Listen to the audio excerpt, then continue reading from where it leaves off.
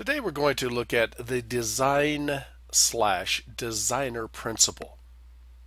Now, one of the things we've been told for decades is that since evolution is a series of accidents, no designer can be involved in the evolutionary process.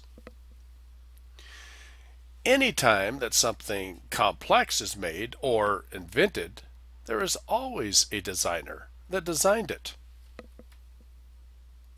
For example, if someone were to find a personal computer or automobile sitting out in the woods or on the beach, no one would ever think that they came about by accident. That would simply be absurd. This can be referred to as the design/designer principle.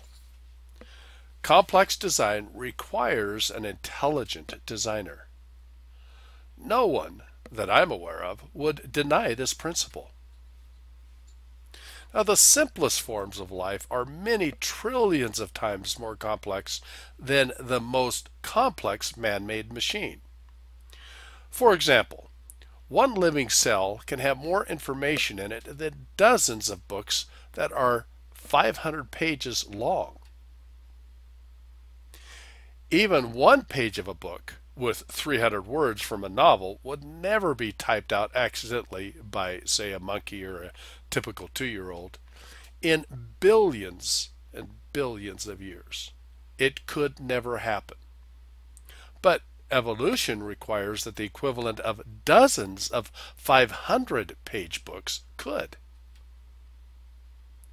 The complexity of life has become more unfathomable as each discovery of life has been made over the last few decades.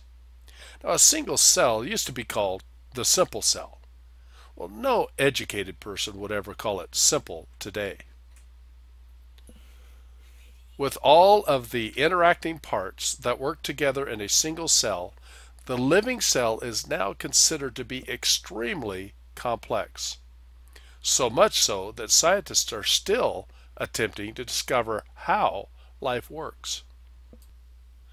In fact, scientists are discovering that a single living cell has its own little factory with interacting parts and communication that rival a very complex manufacturing plant today.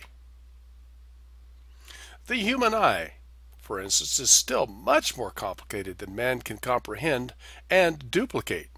Now, larger models have been made that duplicate some of the functions of the eye, but no one has ever come close to actually making the eye or the equivalent of an eye.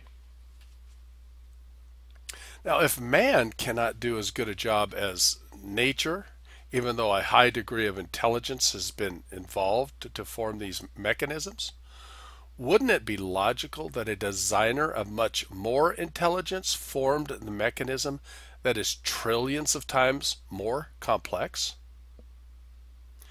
And the human eye is only one of the interacting organs in a human being. All of the rest of the organs must have been formed and worked together simultaneously for the human body to work properly. In order for evolution to be true, the design/designer principle must be true for everything except the evolutionary process. Thank you for watching this video, and we'll see you in the next one.